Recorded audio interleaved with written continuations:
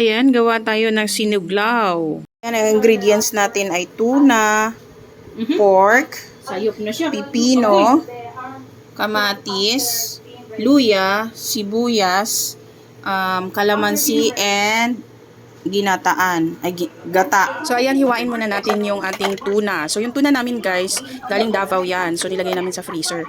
Kasi 2 days na yan sa freezer namin. So dapat masarap talaga siya lalo pagka fresh na fresh. Pero fresh yan kasi ano yan, bago lang yan. Binili ni tita galing Davao. Dinala niya dito sa amin. So masarap yan guys. Yung recipe na to ay talagang tinuro sa amin ni tita galing Davao. Ayan, yung asawa niya si Kuya Ernie. Ayan, siya yung nagturo sa amin kung paano gawin yan. Ang sarap kasi nito guys, natikman namin to sa Davao. Ginawa niya sa amin nung nag-vacation kami doon magkapatid. So natikman namin sa kanya yan. Ang sarap-sarap. Kaya ginaya namin. So ayan yung recipe na yan guys, galing talaga yan Davao. So yan guys, yung hiniwa ko na yan ay hugas na yan. Tapos na yung hinugasan. Tapos after mong after mong maghiwa, hugasan mo siya ulit tapos patutuluin mo siya para wala na talaga siyang tubig. Last time yung nagpunta si tita dito sa Manila, yung nagbakasyon siya. Meron din siyang dalang ganyan. Lahat kami magkakapatid yung nag-reunion kami. Nagawa din kami niyan. Kaya ang sarap-sarap. So nagdala siya ulit ngayon pagpunta niya rito. Kaya ang sarap-sarap po, diba? Dapat kasi kami magkapatid na nandito sa Manila, magsama-sama ulit. Pero dahil nga hindi pwede yung mga kapatid ko, so kami na lang. So yan, ginawa na namin habang fresh pa yung tuna. Shout out dyan sa mga brother at sister ko na hindi pwede, so kami lang kakain nito. Ayan, ang sarap-sarap.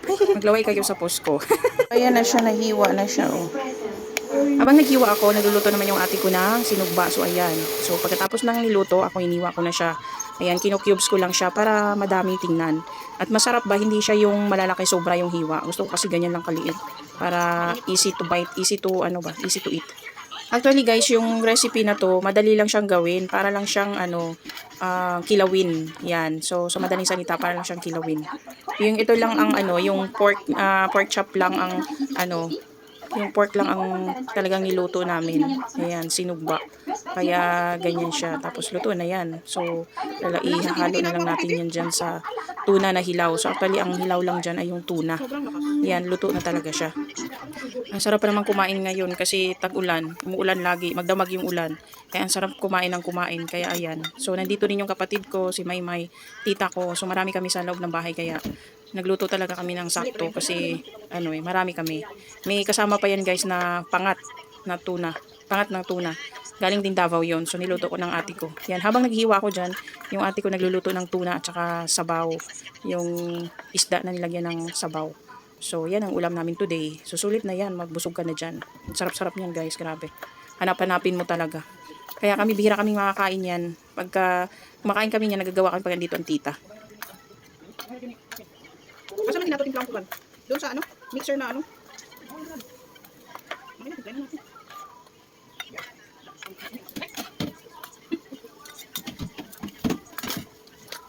Ayan na siya yung inihaw na pork. So ayan, naka-ready na ang ating ingredients. Ayan, kompleto na pork. Ayan, inihaw na siya. Ito ang tuna. Hiniwa ko na din. And then yan, pipino.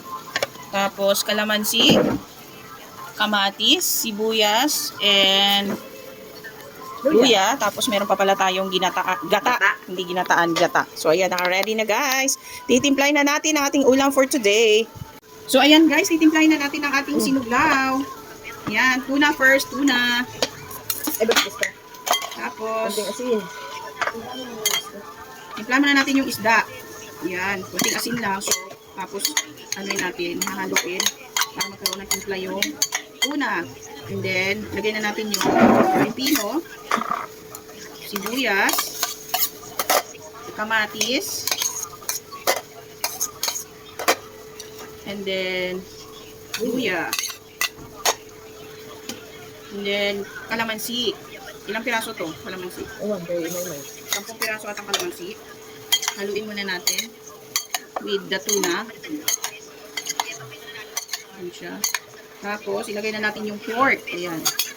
Pork na inihaw. Kaya siya tinatawag na sinuglaw. Kasi meron tuna and pork na inihaw. Tapos, ilagyan ng mga ingredients pang iba. So, lagyan na natin ng timpla.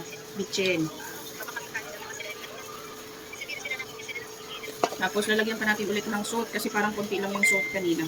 So, wala tayong pepper. Ito. Anong pipin? Ayan, pepper. Wala kang sili. Haluin lang natin. Nasa na sili natin? Wala kang sili mo. Yung ano na lang, yung malaking pang ano. Hindi yun, para mga konti. Ano, dito? Hindi. Yan na. Tapos lagyan natin ng gata. Hindi ko pala nakaready yung gata. Ay, ano na ba yun? Diretso na? Oo. Tapos yung gata namin guys, kasi ano to nakalagay lang sa freezer. Kaya idiretso na natin. Taba na kami. Lagay ang gata. Ayan, lagyan natin yung gata kasi naka-frozen yung gata namin. Kaya idiretso na lang natin sila.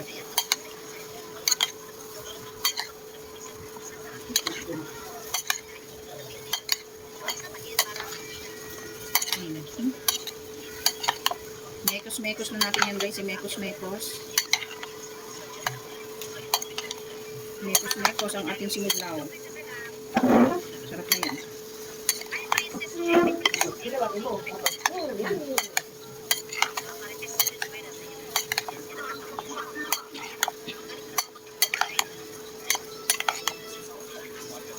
So ayan na guys. Ayan ating sinuglaw.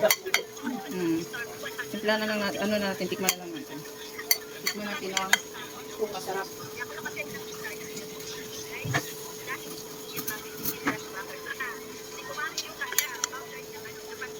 Tikman natin. Kulang sa asin. Matabang. Hanggang pa natin ng asin. Halo ulit. Halo. Pero ang sarap na tita. Kahit kulang sa asin. Sarap-sarap na. So guys, nakalimutan namin dyan ilagay yung vinegar. So may nilagay kaming vinegar dyan. So ayan, tingnan natin guys kung masarap na siya. Sarap! Ganda naman pala ng ano. Sarap! Sarap ng ulam ito, tanghalian. So yummy.